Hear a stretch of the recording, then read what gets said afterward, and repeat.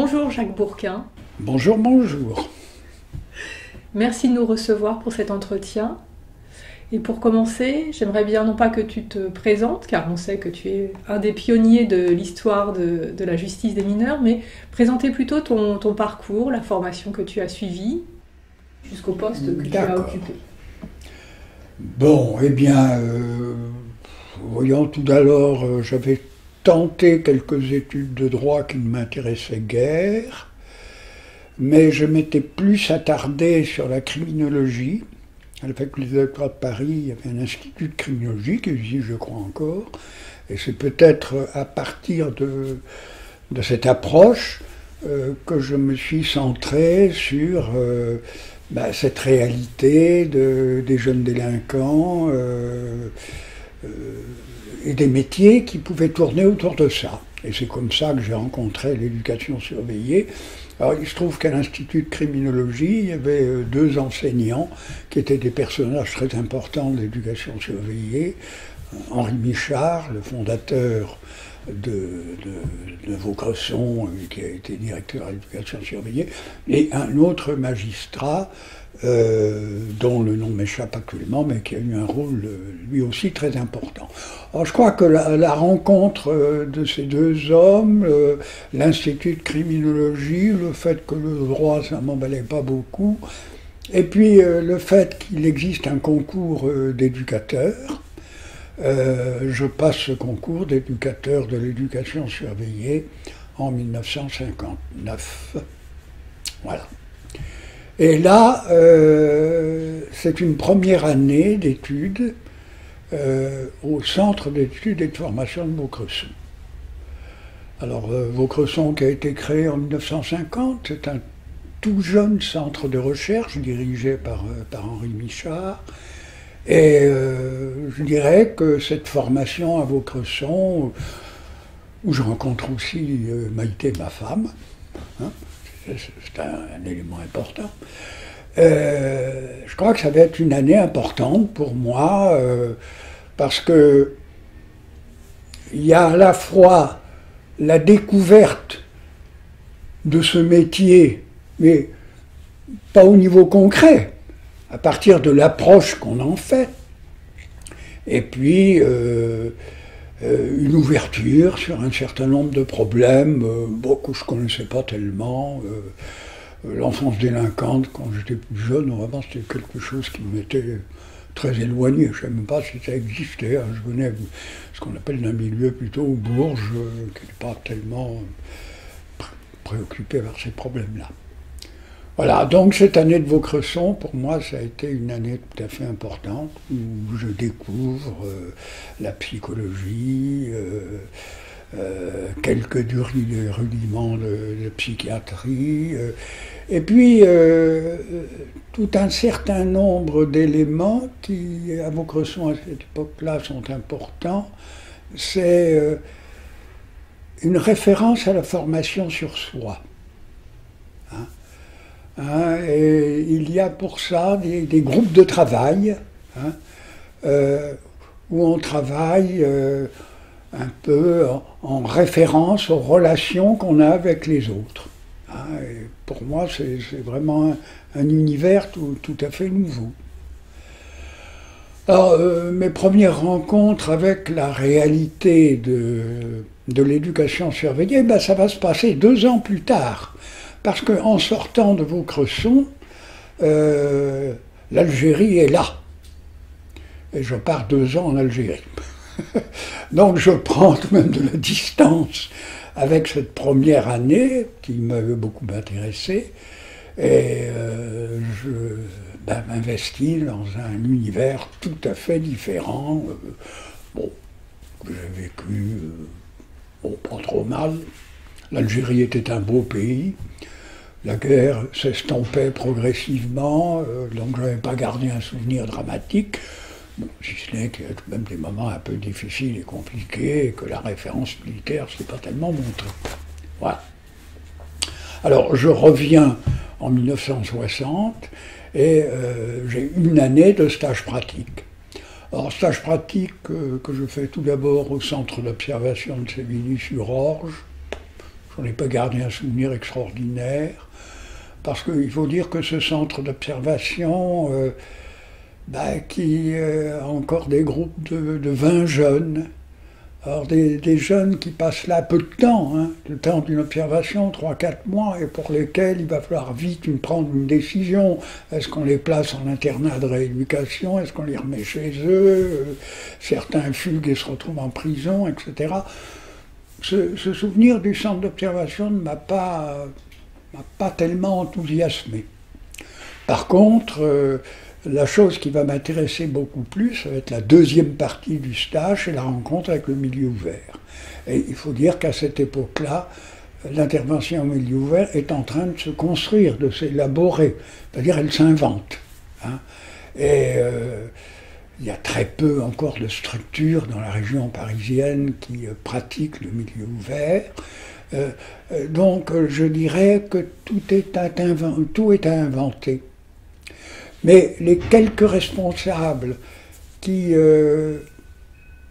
inventent le milieu ouvert, ce sont des gens qui, d'une manière ou d'une autre, ont voulu s'échapper de ces grands internats éparpillés dans toute la France.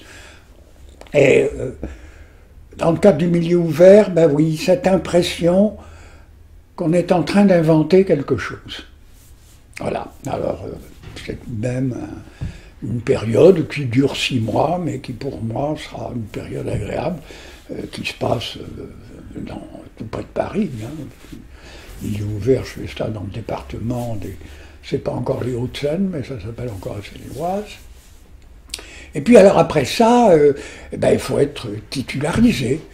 Alors, j'ai la chance d'être titularisé dans un centre d'observation, parce que quand on est titularisé, même dans une institution d'hébergement, dans un centre d'observation qui vient d'ouvrir il y a 2-3 ans, et je dirais c'est un anti-Savigny.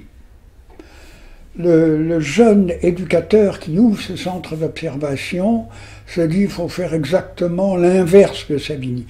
Donc, grâce à la direction de l'éducation surveillée qui se dit ces instructions sont trop lourdes, trop importantes, il faut créer des institutions plus légères, ouvre ce centre d'observation à Bure-sur-Yvette, alors déjà dans un endroit fort agréable, c'est la vallée de Chevreuse, hein, et on travaille avec des groupes de jeunes, de 12. C'est plus 20 jeunes, c'est 12 jeunes. Et c'est un tout autre rapport qui se construit avec ces jeunes. Et dans un univers où il n'y a pas, en cas d'incident, la mise en...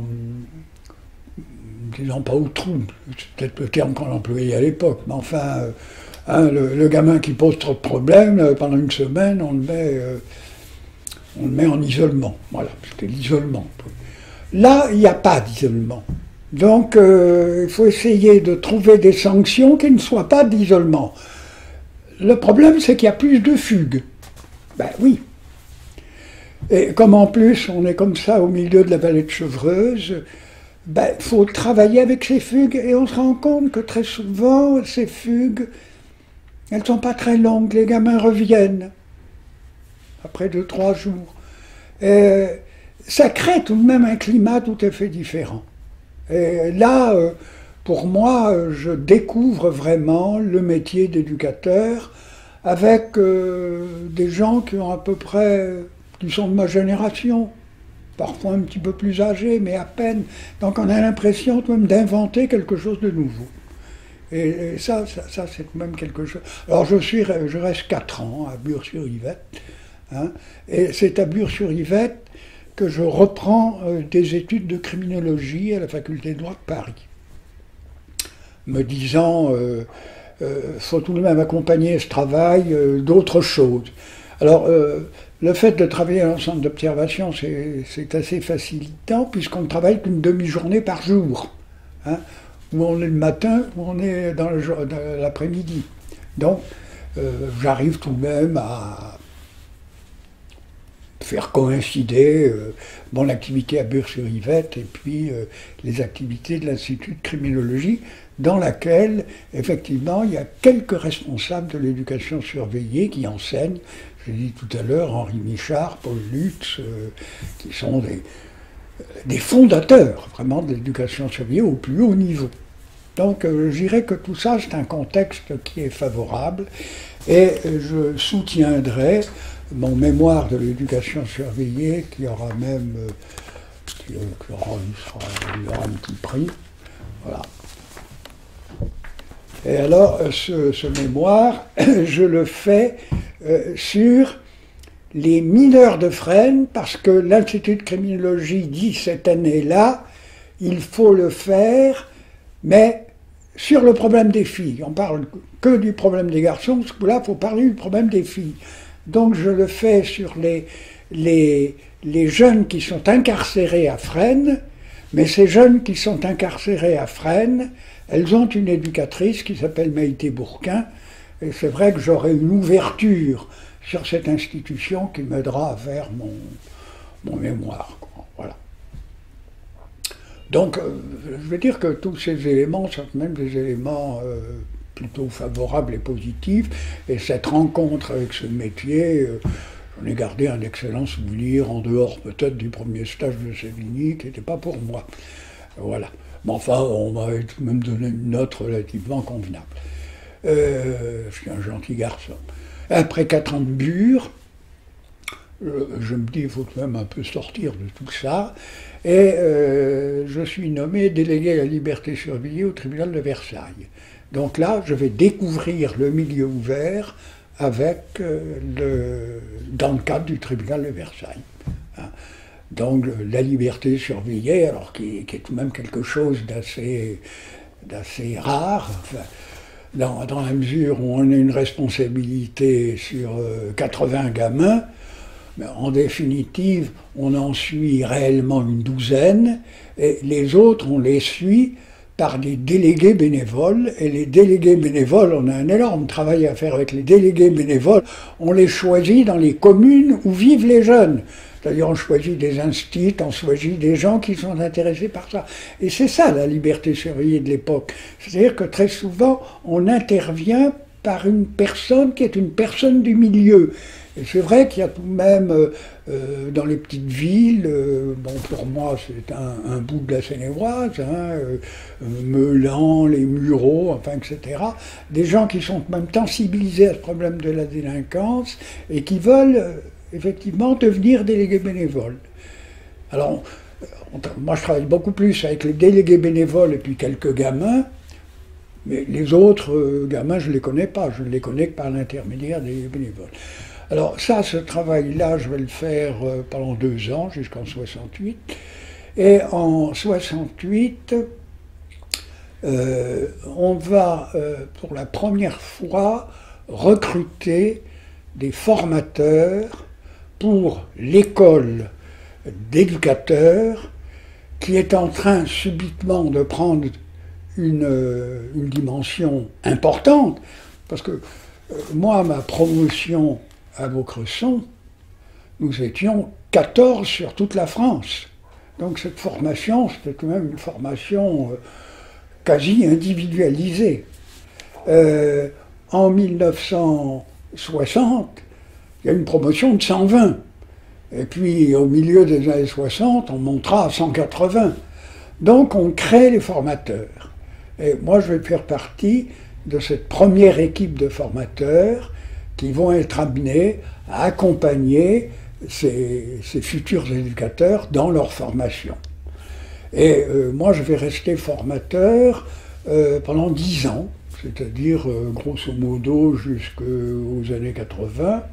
Alors, pendant cette période de formation, je reprends mes études. Je vais donc faire une maîtrise de sciences de l'éducation, je fais une maîtrise de psychologie, hein, et je serai même pendant quelques années chargé de cours à Paris 10 dans le cadre des sciences de l'éducation. C'est-à-dire j'enseignerai à Paris 10 dans le cadre des sciences de l'éducation. Donc tout ça, c'est une période dont j'ai gardé un excellent souvenir, une période de formation où je suis en train de me découvrir, de me connaître autrement. J'ai en même temps une image de ce secteur où je travaille qui est une image plutôt positive. Voilà. C'est vrai que tout d'abord, je vais être un moment sous-directeur de l'école, hein, vers 77-78, enfin, directeur du centre de formation. Hein. Et puis, à ce moment-là, je serai nommé sous-directeur à la région Île-de-France. Alors, l'éducation surveillée est en train de construire des régions. Et là, j'aurai la chance, assez rapidement, de travailler avec un personnage qui reste encore un grand ami, qui s'appelle Yves Douchin, dont je serai l'adjoint pendant quelques années. Ça jusqu'en 85-86. Donc là, je travaille à Paris. La direction, elle est rue Saint-Louis-en-Lille, hein, en plein cœur de Paris. Pour moi, un Parisien, c'est un véritable régal. Hein, et en 86, etc., je suis de plus en plus formateur à Vaucresson, mais comme je ne suis pas en poste à Vaucresson, je suis nommé directeur adjoint du département des Hauts-de-Seine. Voilà. En poste à Nanterre. Voilà. Ce qui me permet d'avoir encore un contact relativement direct avec ces jeunes qui dépendent de la direction de Nanterre.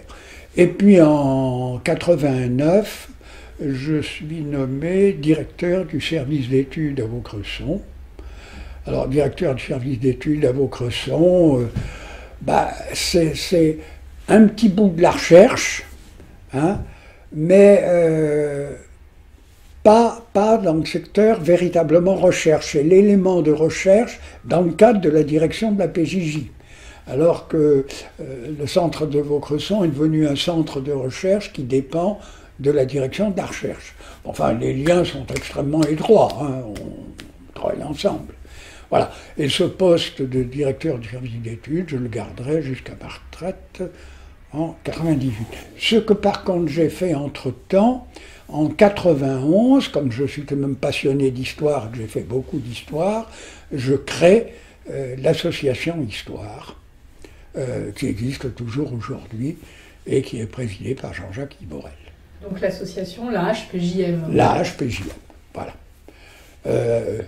Donc on l'appelle aujourd'hui HPJJ, je ne sais plus comment. Ah oui, on l'appelle la HPJM, oui, c'est ça. Oui, parce qu'à un moment on l'a appelé HPJJ, puisque c'était Éducation surveillée devenait PJJ, et puis on s'est dit, ben non, on va mettre plutôt HPJM, ce sont les mineurs. Voilà, bah, si vous voulez, dans les grandes lignes, voilà mon parcours. Hein, Alors, est-ce que tu peux du coup nous dire, mais comment tu t'es intéressé à l'histoire de l'éducation surveillée à travers donc on voit les recherches que tu as pu mener, pardon, notamment ton travail dans les années 80 sur les origines de l'éducation surveillée, voilà. Et puis le travail que tu as pu faire aussi par exemple sur Maitret. Voilà. Alors, effectivement, c'est vrai que, bon, moi j'ai toujours été intéressé par l'histoire, je le suis encore. Hein. Donc, j'avais tout de même envie de savoir d'où venait tout ce secteur. Donc, dans un premier temps, j'ai tout de même pas mal travaillé sur le 19e siècle. Qu'est-ce que c'était que Belle-Île, Belle-Île-en-Mer? Qu'est-ce que c'était que Maitret? Et en même temps, je rencontrais un jeune historien qui s'appelle Éric Pierre, hein, qui enseigne à l'université d'Angers actuellement, et avec Éric, qui lui aussi s'intéressait beaucoup à ce secteur, on s'est mis à travailler sur ces institutions. Alors lui, c'était le vrai historien. Bon, moi, je l'accompagnais dans ses travaux, mais en même temps, il m'a appris beaucoup de choses quant à la démarche historique. Et avec Éric, on a même beaucoup travaillé. Et avec Éric, en même temps, on s'est dit, travaillons aussi sur les origines de l'éducation surveillée, mais les origines de l'éducation surveillée avant 1945. Donc, on a beaucoup travaillé sur, je dirais, la période du premier XXe siècle. Voilà. Et ça, là, je pense que le lien avec Éric Pierre a été important. Éric Pierre m'a aidé à faire une démarche plus scientifique dont lui était porteur. Et moi, j'étais plutôt je recherchais la mémoire, mais sans être, j'avais pas fait des études scientifiques exceptionnelles en dehors de ma maîtrise de sciences de l'éducation et de ma maîtrise de psycho, quoi, voilà. J'avais pas fait de doctorat ni quoi que ce soit. Voilà, donc dans les grandes lignes, ça a été tout de même un élément très, très important pour moi, et avec la chance d'avoir rencontré des gens qui étaient des gens de très grande qualité. Alors après ça, y a eu Éric Pierre, il y a eu Jean-Jacques Ivorel, enfin je veux dire, n'oublions pas que lui aussi, Jean-Jacques, tout en étant éducateur, il a été très vite docteur en histoire. Hein. Donc c'est vrai qu'on avait tout de même une démarche qui était relativement proche. Et puis on se rend compte qu'aujourd'hui, les responsables de l'association Histoire, ils sont tous docteurs en histoire. Moi, je n'ai jamais été docteur en histoire. Alors que... comment s'appelle-t-elle? Véronique. Véronique, elle est docteur en histoire. Et puis... Jean-Pierre Jurement. Jean-Pierre Jurement, voilà, Jean-Pierre Jurement. Donc petit à petit, il y avait là 3 historiens, il y avait Mathias Gardet, qui était un peu l'élément de référence, et moi je les fréquentais beaucoup, enfin voilà. Mais je restais tout de même ma position de chercheur à partir de l'institution, sans avoir eu moi je n'ai pas été au-delà d'une licence, enfin d'une maîtrise. Et comment était perçue justement ta démarche au sein de l'institution, et les travaux de recherche que tu menais? Moi, je pense que ça a été très soutenu par les fondateurs de l'éducation surveillée. Hein, pour moi, les fondateurs de l'éducation surveillée, je l'ai dit tout à l'heure, c'est Henri Michard, c'est Paul Lutz, et encore 2 ou 3 autres, Henri Hayek. Hein, et c'est vrai que eux, à un certain moment, se sont dit, mais il faut tout de même commencer à se centrer sur cette histoire-là. Alors, ils se sont posé la question dans les années 70. Voilà. Hein, et je n'ai pas été effectivement le seul. Enfin, je fais partie de ceux qui ont contribué à développer cela. Et comme j'étais formateur, je me suis dit, dans la formation, il faut introduire l'histoire. Et il se trouve que beaucoup d'éducateurs en formation étaient très demandeurs de ça. C'est-à-dire, en définitive, où on met les pieds. Moi, c'est vrai, quand j'avais mis les pieds à l'éducation surveillée en 1959, j'avais l'impression de mettre les pieds dans un secteur qui était encore très près des maisons de correction. Elles n'étaient pas lointaines, elles n'existaient plus, mais enfin... mais à cette époque-là, on ne se posait pas trop la question. Ce qu'il fallait, c'est être autre chose que des maisons de correction. Donc construisons quelque chose.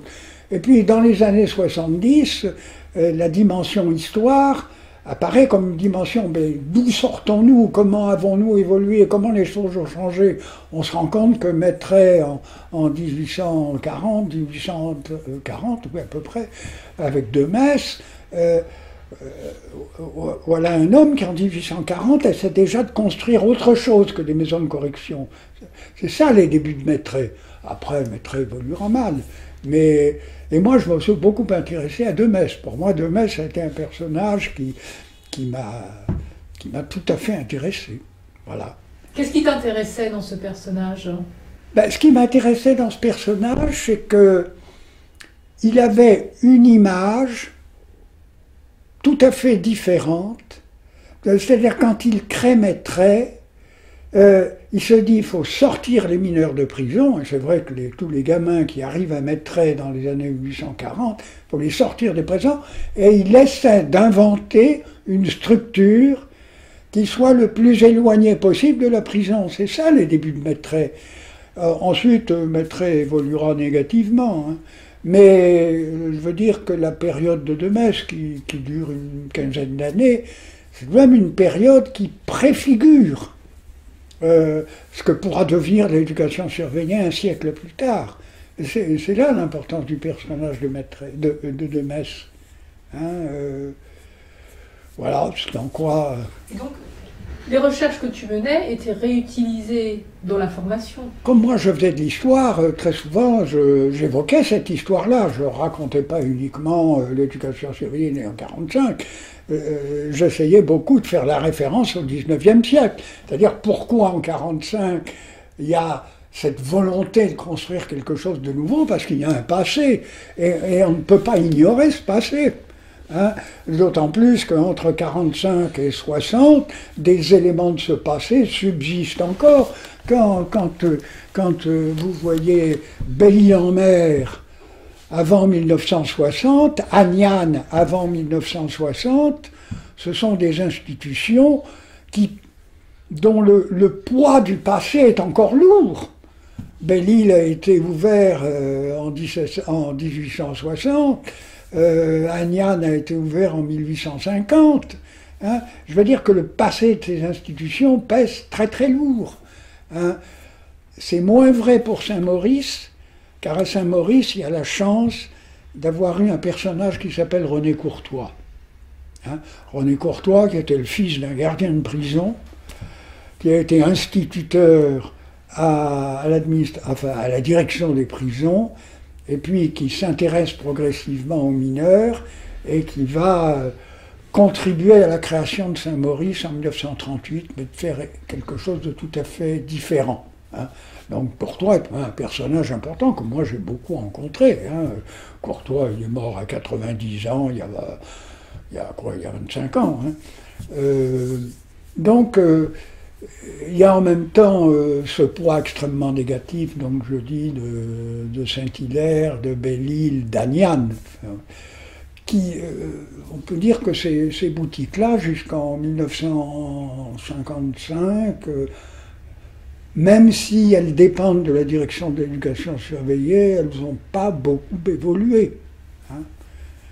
Voilà, donc il y a beaucoup de choses à faire dans cette éducation surveillée naissante. Comment réagissaient les éducateurs qui étaient en formation quand tu donnais tes cours justement d'histoire? Bon, moi j'en ai gardé de très bons souvenirs, parce que je crois que la grande majorité d'entre eux étaient tout à fait intéressés par cette histoire. Ils avaient envie de savoir eux aussi où ils mettaient les pieds. Alors, c'est vrai que moi, j'ai surtout donné ces cours entre, disons, 1970 et 1980-85, quoi. C'est-à-dire régulièrement, puisque j'étais dans la formation, ou tout près de la formation. Et en général, ces interventions étaient très appréciées. Et il y a même des éducateurs qui disaient « Ah, ben, je vais faire mon mémoire à partir de l'histoire ». Bon, des fois, la direction disait « Bah oui, mais enfin, pas trop d'histoire non plus. Il faudrait même faire un mémoire sur quelque chose qui se rapproche beaucoup plus du travail avec les jeunes. Hein, » Voilà. Mais non, moi je crois qu'au contraire, l'histoire a été très très appréciée. Parce que ils avaient bien l'impression d'arriver dans une institution qui était en train de se construire. Hein. Et c'est vrai que la référence à l'histoire était tout de même dominante. Et quand ils rencontraient, car à cette époque ils rencontraient encore les anciens de l'éducation surveillée, ceux qui étaient arrivés en 1945, et eux aussi étaient porteurs de cette histoire, à partir d'une pratique qu'ils avaient eue pendant 30 ans. Donc, moi, je ne sais pas si aujourd'hui l'histoire a le même poids. Hein, quand j'en parle avec Jean-Jacques, ça me paraît moins évident. Parce que, bon, depuis, la PJJ est devenue autre chose, elle est lointaine de ce passé.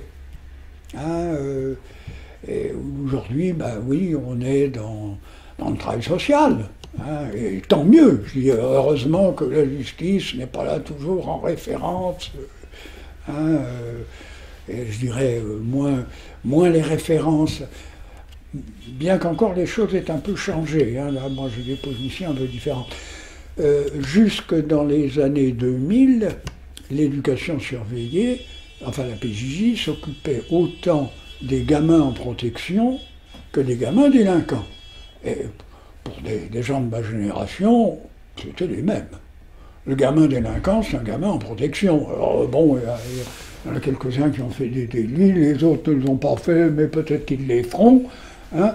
Et c'est vrai qu'avec le secteur associatif habilité, on partageait cette clientèle de gamins bon, pour lesquels la dimension protection était dominante.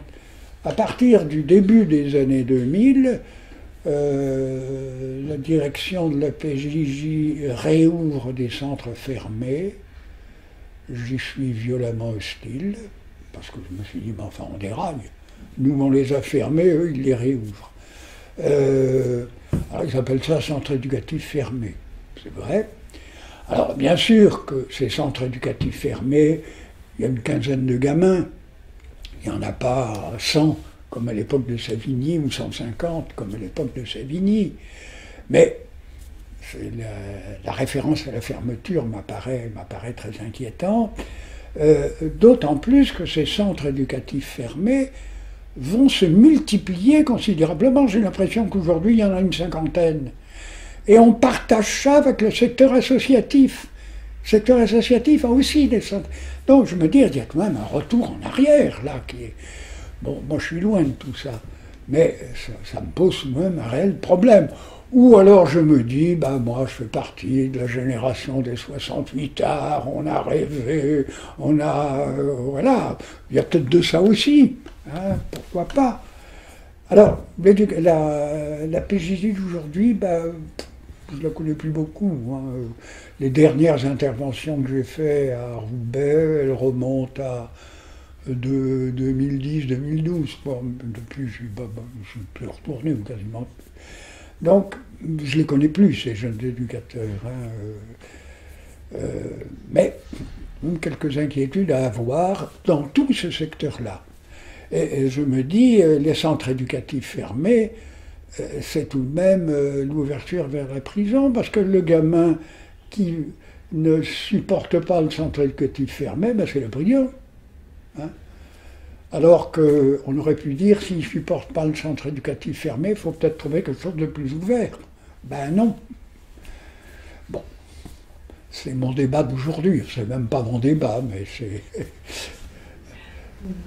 Non, mais je comprends bien la contradiction avec l'évolution. Voilà. Moi, je fais partie d'une autre histoire. Et en parlant d'histoire, sur quel type d'archives tu t'appuyais pour retrouver cette histoire? Et peut-être aussi, faisais-tu des entretiens? Alors, moi comme j'ai beaucoup travaillé à Vaucresson, hein, j'ai largement contribué au fait que les archives soient recentrées sur Vaucresson. D'autre part, en tant que fondateur de l'association d'histoire, moi j'ai constitué énormément d'archives personnelles. Et à peu près 120 cartons. Et ces 120 cartons que Jean-Jacques est en train de dépouiller et d'en faire je dirais, l'inventaire. Voilà. Donc pour moi, les archives, ça a été quelque chose d'essentiel. C'était d'une part les archives de Vaucresson, parce que je travaillais souvent à Vaucresson, et puis d'autre part, ces archives que moi-même j'ai constituées en tant que fondateur de l'association Histoire. Et là, j'avais une image très large de l'archive. Je me disais, voilà, c'est pas uniquement les documents, non, il faut trouver au contraire des documents du quotidien. Hein, ce qui est intéressant, c'est de savoir quand des éducateurs échangent entre eux à partir de gamins sur des documents qui ne sont pas officiels, ce qui est important, c'est de savoir ce qu'ils transmettent, et pas uniquement le document officiel qui est passé par la direction. Voilà, bon, c'est ça l'archive aussi, c'est les deux. Hein. Donc, moi j'ai même vu beaucoup d'institutions qui se sont créées dans les années 60, 70 à Paris, etc., où très souvent les archives du quotidien n'étaient pas considérées comme importantes. On disait, oh ben non, ça c'est des documents internes, il ne faut pas les garder. Et moi je disais, mais si, il faut les garder. C'est presque plus important que l'archive officielle rédigée par le directeur de l'institution et envoyée au directeur de la PJJ. Voilà. Donc c'est vrai que moi j'ai eu un rapport avec les archives important parce que j'ai eu l'impression que tout ce que j'ai rencontré et découvert, c'était souvent par les archives et des archives que j'avais rencontrées. Bon, je suis allé à Belle-Île, je suis allé visiter les archives. J'ai passé 3-4 jours à Agnan, 3-4 jours à Belle-Île, uniquement sur les archives. Et les archives de Belle-Île, les 4/5e avaient disparu.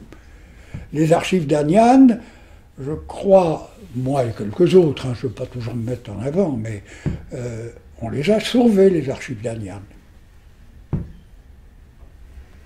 Oui, il y a cette démarche aussi de sauvegarde de l'archive. Ah, de sauvegarde des archives, c'est considérable. Oui, d'autant plus que très souvent, certains directeurs qui étaient des directeurs très compétents, comme éducateurs, etc., vraiment l'histoire des archives, ça c'était... Les archives, c'était plutôt chiant, ça prend de la place, tant qu'on peut s'en débarrasser en partie. Et là, je crois qu'il y avait un énorme travail à faire. Et Vaucresson a eu ce rôle-là, parce que Vaucresson s'est beaucoup centré aussi sur le problème des archives. À Vaucresson, il y a quand même des gens comme Nichard, comme Voirin et d'autres disaient, mais l'histoire de ce secteur-là, c'est tout à fait indispensable. Et tu as fait des entretiens aussi avec des acteurs de l'histoire? Ah, moi j'en ai beaucoup fait, oui. Ah oui, j'ai fait beaucoup d'entretiens. Et quel était le sens de ta démarche dans ces entretiens? Je dirais c'était qu'on puisse m'évoquer du vécu.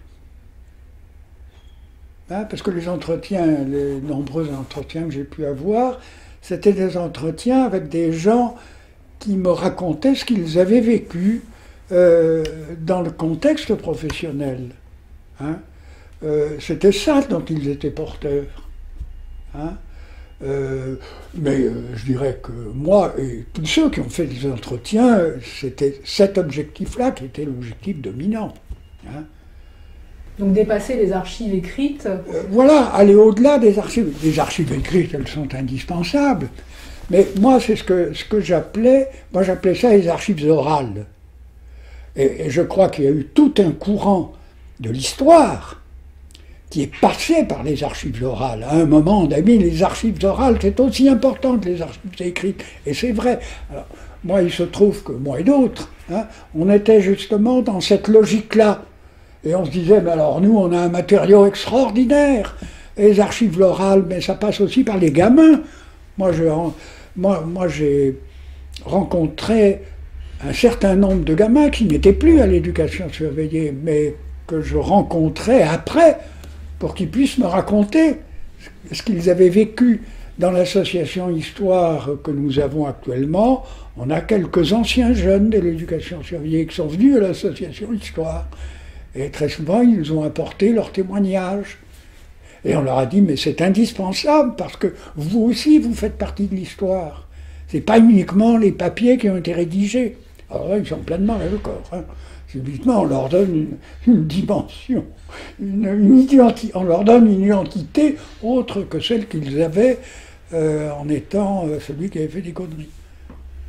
Parmi ces témoignages ou ces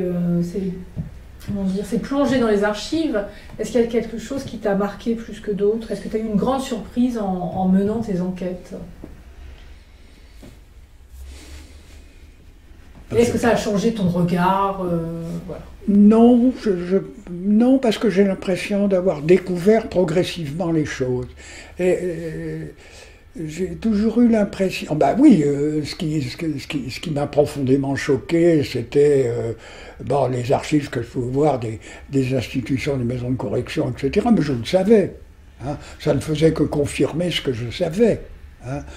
Alors, l'évolution des nouvelles structures d'éducation surveillée, oui, lire les archives d'Agnan en 1950, oui, on se pose plein de questions.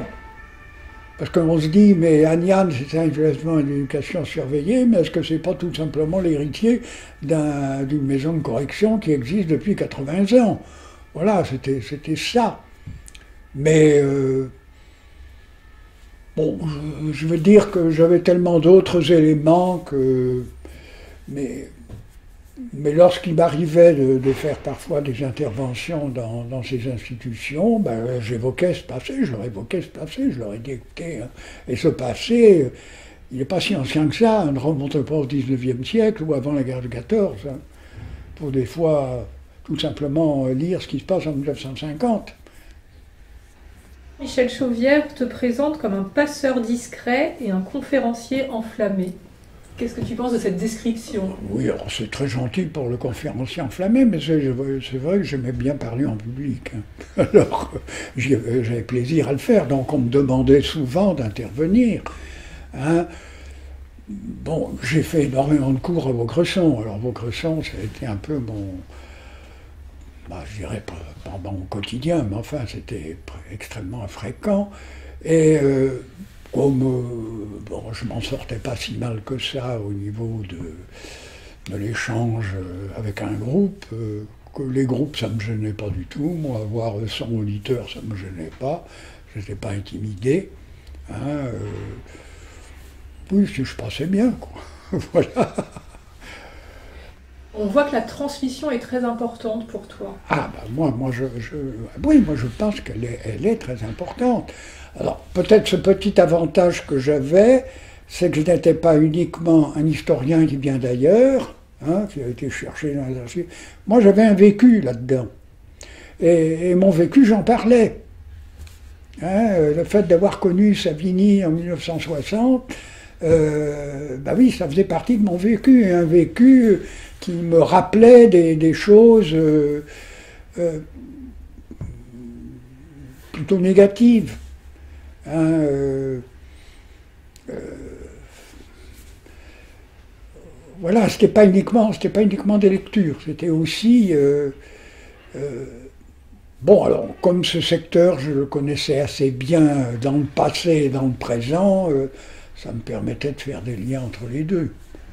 Est-ce que justement cette volonté de transmission explique la création à laquelle tu es à l'origine de l'association, mais aussi de la revue de Ah ben pour moi c'est absolument lié. Parce que je me suis dit, je ne vais pas rester tout seul à m'intéresser à ça. Donc en même temps, j'ai besoin de travailler avec de plus en plus de gens. Et c'est vrai que lorsqu'on crée l'association Histoire en 90-91, c'est bien pour... je vous montrerai les 2-3 premiers numéros. Hein, c'est bien pour associer le plus grand nombre de gens à cette histoire-là. C'est-à-dire leur dire, vous avez un rôle à jouer, vous aussi. Parce que vous êtes aussi porteur de cette mémoire. Hein. L'association Histoire, c'est une mémoire. Même si c'est une mémoire récente, mais la mémoire récente, elle est importante. Hein, alors pour moi, l'association Histoire, elle a un rôle tout à fait essentiel. En même temps, c'était la possibilité de pouvoir échanger avec des gens d'ailleurs. Voilà, les gens d'ailleurs, c'est important. Hein, et comme on a eu la chance, effectivement, avec le secteur associatif, de créer 2 associations quasiment ensemble, on a beaucoup travaillé en collaboration. Hein, puisqu'on se disait, en définitive, on travaillait avec les mêmes publics. Ce qui était vrai. Ce qui est encore vrai, dans une certaine mesure. Alors, la revue, je dirais que, bon... le rôle important de la revue, ça a surtout été Mathias Gardet. Hein. De la même manière que c'est Mathias qui est à l'origine du musée. Hein. Moi j'avais concentré à Savigny beaucoup de choses, mais l'idée du musée n'était pas venue. Moi, Savigny musée, ça me plaisait pas trop. Mais Mathias dit, mais si, il faut absolument, il y a plein de choses, il faut que les gens puissent venir les voir. Donc c'est Mathias qui est à l'origine du musée. Et en même temps que le musée, Mathias dit, mais il faut créer une revue. Mais que ce soit une revue, qui soit une revue une lecture large, hein, que ce soit une très belle revue. Et je dirais que Mathias, alors on est quelques-uns, Mathias, Jean-Jacques, Gisèle Fiche, moi, puisque moi, Gisèle Fiche, on va être rédacteur en chef de la revue pendant quelques années, on va accorder énormément d'importance à la création de cette revue, qui existe toujours, hein, de la même manière que notre bulletin en est à son numéro 91. Hein, et la revue, elle doit approcher le numéro 20, je crois. Ah oui, oui. Parce qu'on s'est dit, ça c'est le moyen de faire connaître ailleurs. Hein, pas rester centré sur soi. Parce que dans ce cas-là, l'éducation surveillée, les gens de l'extérieur, ils n'ont pas envie de savoir ce que c'est. La PJJ non plus. Tant que ça ne concerne pas leurs enfants, c'est pas leur affaire.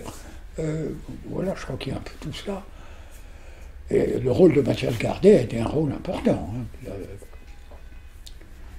Oui, si tu devais faire une thèse en histoire, mettons, actuellement, en rapport avec la justice des mineurs, bien sûr, ça serait là-dessus ou ça serait sur autre chose? J'en sais rien. Là, je ne sais pas. Je ne sais pas parce que ce n'est pas une idée que j'ai maintenant. C'est pas une idée que j'ai maintenant, non, c'est trop tard. Oui, peut-être que si je faisais une thèse, j'essaierais de raconter cette histoire que je suis en train de raconter, quoi. Voilà. Comment dans ce secteur-là, petit à petit, s'introduit une dimension nouvelle, qui est une dimension historique, qui en définitive était plus ou moins absente, totalement absente. Oui, ce serait plutôt là-dedans que je jouerais, ce serait un peu une thèse d'histoire. Mais je pense que des gens comme Jean-Jacques, ils l'ont fait, des gens comme Éric... sont des thèses qui portent déjà sur ces structures-là. Elles existent, ces thèses. Hein. Et donc, quel regard tu portes sur Criminocorpus et l'envie de Criminocorpus de créer un musée d'histoire de la justice? Moi, je trouve que oui, ça serait quelque chose de... Et quel objet tu verrais dans ce musée figurer et représenter cette justice des mineurs? Ça peut être un ouvrage ou un texte? Oui, alors moi c'est plutôt des textes, alors pour moi c'est beaucoup plus des textes, il y aurait des textes effectivement à faire connaître. Hein. Qu'écrivait-on sur la délinquance juvénile dans les années 70? C'est bien important de le savoir, et peut-être qu'aujourd'hui on n'est plus capable de les écrire. Voilà, ça me paraît plus de ça. Des objets... je ne sais pas. Donc ça serait pour toi plus des rapports d'observation d'éducateurs ou des textes de loi? Oui, enfin, voilà essayer d'expliquer comment les choses ont évolué et comment parfois elles ont peut-être involué. Mais c'est des hypothèses que je fais, je suis trop loin de cela pour... je ne sais pas si mes jeunes collègues éducateurs que je ne connais plus aujourd'hui seraient d'accord avec ce que je dis, parce que je suis convaincu qu'ils continuent à faire leur boulot d'éducateur. Mais tous ces éducateurs aujourd'hui qui travaillent en centre éducatif fermé, parce que ça existe, là, moi, je ne sais pas, je n'aurais jamais réussi à travailler dans un centre éducatif. Même si le Savigny que j'ai connu au tout début, ça ressemblait beaucoup à ça. Mais je m'étais dit, cette dimension de fermeture, c'est même celle qu'on a progressivement abandonnée. Mais peut-être en augmentant la prison, hein, c'est possible aussi. Je te sais très attaché à l'ordonnance du 2 février 1945. Mais je crois que c'est un texte fondamental. Et ça, est-ce que tu voudrais peut-être le voir figurer, le préambule de cette ordonnance? Ah, mais le préambule me paraît indispensable. Hein. Et c'est vrai que le préambule est rédigé par des gens qui sont porteurs de tout un courant qui est en train de se développer depuis le milieu des années 30. Hein. Qu'est-ce qui est important dans ce préambule, selon toi? Le préambule laisse entendre qu'en définitive, par rapport à ce problème de délinquance, eh bien, la dimension essentielle, c'est une dimension d'éducation. C'est ça, en définitive. Alors peut-être que cette éducation, il faut un peu l'adapter, là, je veux bien le reconnaître. Hein. Ah, on a parlé d'éducation surveillée, ben oui, c'est le terme qui est né, éducation surveillée. On va les éduquer, mais il faut quand même qu'ils soient sous surveillance. Mais qu'est-ce qu'on appelle surveillance? Alors, moi, le terme éducation surveillée m'a jamais beaucoup gêné, parce que la référence à l'éducation était là, présente. Alors ensuite, on l'a remplacé par protection judiciaire de la jeunesse. Ça me paraît moins clair, ça. Protection judiciaire, je ne sais pas très bien ce que c'est. Voilà. Et les gens qui étaient porteurs des images de l'éducation surveillée n'ont pas été très favorables à la protection judiciaire de la jeunesse. Mais bon, on peut discuter longuement là-dessus. Hein.